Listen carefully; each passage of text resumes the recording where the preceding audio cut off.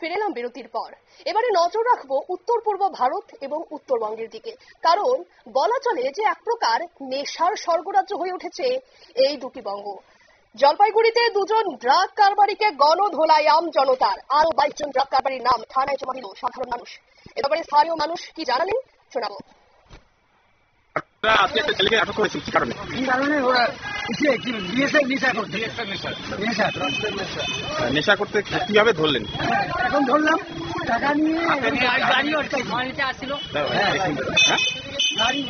আটকাইছি। ঠিক আছে, গাড়ি হ্যাঁ বিক্রি করতেছিল কে? হ্যাঁ কে বিক্রি করছে? পালা গেছে। এ কি বিক্রি করছিল? হ্যাঁ পুলিশকে ফোন করছেন? হ্যাঁ, পুলিশ এই যে চাকরা আছে সবাইকে আছে পিটাচ্ছে, সবাইকে আছে পিটাচ্ছে।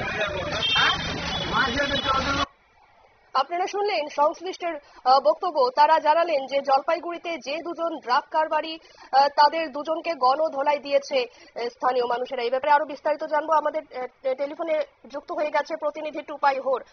টুপাই, কি জানতে পারছো এই ব্যাপারে? দেখো, যেটা বেশ কয়েক মাস ধরে বা 1 বছর ধরে এই একটা অভিযোগ উঠে আসছিল, বিশেষ করে জলপাইগুড়ি স্টেশন সংলগ্ন 7 নম্বর ওয়ার্ড এবং 12 নম্বর ওয়ার্ড যে এলাকাটা, সেই এলাকাটা জুড়ে ড্রাগসের একটা রমরমা কারবার চলছে এবং এর ফলে নিত্যদিন সেখানে অশান্তি, আইন শৃঙ্খলার সমস্যা থেকে শুরু করে খুব অল্প বয়সী যুবক যারা তাদের অস্বাভাবিক মৃত্যু থেকে শুরু করে শহর জুড়ে চুরি চামারি থেকে শুরু করে সবকিছু কিন্তু একটা বড় প্রভাব পড়েছিল এই ড্রাগসের কারণে।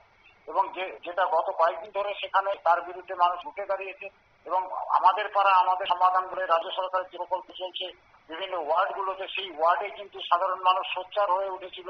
তাদের নালা নর্দমা পানীয় জলের সমস্যার কথা ভুলে গিয়ে তারা সবাই মিলিতভাবে সোচ্চার হয়ে উঠেছিল, এই ড্রাগসের বিরুদ্ধে আওয়াজ তুলেছিল। যার ফলে কিন্তু জলপাইগুড়ি পৌরসভার যিনি চেয়ারপারসন রয়েছেন তিনি সেদিন রাতে থানায় গিয়েছিলেন এবং পরবর্তীকালে পুলিশ অবস্থান নিয়েছে।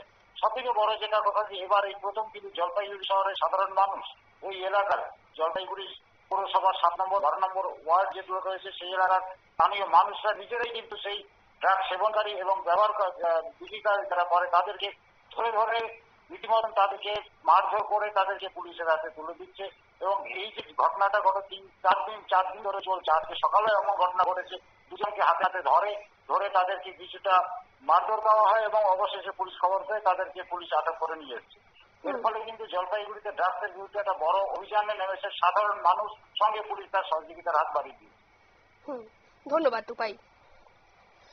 আপনারা শুনলেন, অর্থাৎ বেশ কদিন থেকেই কিন্তু চলছিল এই নেশার কারবার এবং অবশেষে স্থানীয় মানুষ কিন্তু রুখে দাঁড়িয়েছে এই নেশার কারবারিদের বিরুদ্ধে এবং অবশেষে পুলিশ তাদের 22 জন ড্রাগ কারবারির নাম থানায় জমা দিয়েছে সাধারণ মানুষ এবং সেই সাথে তাদের আটক করেছে।